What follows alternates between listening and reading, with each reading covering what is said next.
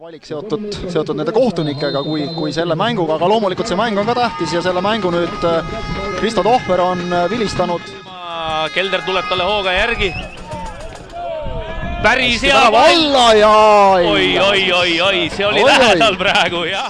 Vaja teha rünnaku lihvimises veel natukene. Laht nüüd tantsib seal mitme ühe vastu kukub. Ja penalti. Ja penalti.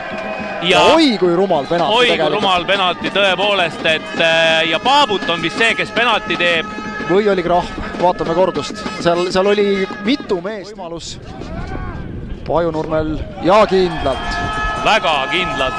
Alla nurka täpne löök. Vainu arvab teisele poole ja Pajunurm. Penaltid see mees lüüa oskab, siin ei ole küsimust.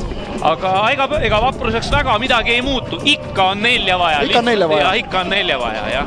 Ainult, et... Tagajärg on teistsugune. Jaa, meie päeva teeks see siis pikemaks sellisel ju, et niimoodi andes see pall keerab tegelikult värava peale ja keeraski värava peale päris hästi kui napilt mööda. Mängudele see tuli neile ka nagu natukene ootamatult.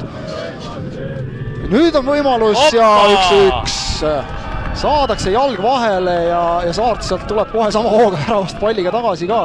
Vaatame nüüd, minu meelest ei olnud Saart see, kes lükkas, vaid eestpostist keegi. Aga nagu öeldud, me jällegi juhindume ainult ekraanipildist, sellepärast, et oma silmaga endiselt me suurt ei näe, nii et me ootame kordust nii nagu teiegi. Või oli seal rikošett? Samal ajal tuleb vahetus. Ja vahetuse teeb päev.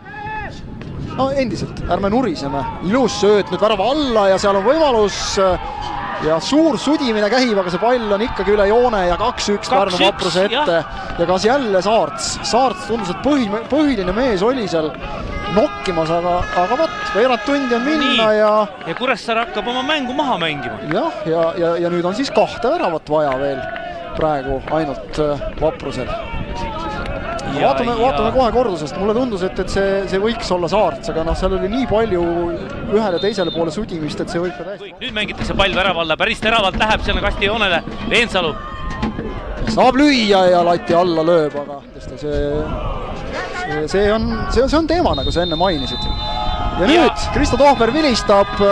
FC Kuressaare on Premium-liiga meeskond ka uuel hooajal, aga Pärnu Vaprus langes võideldes. Nagu öeldud, et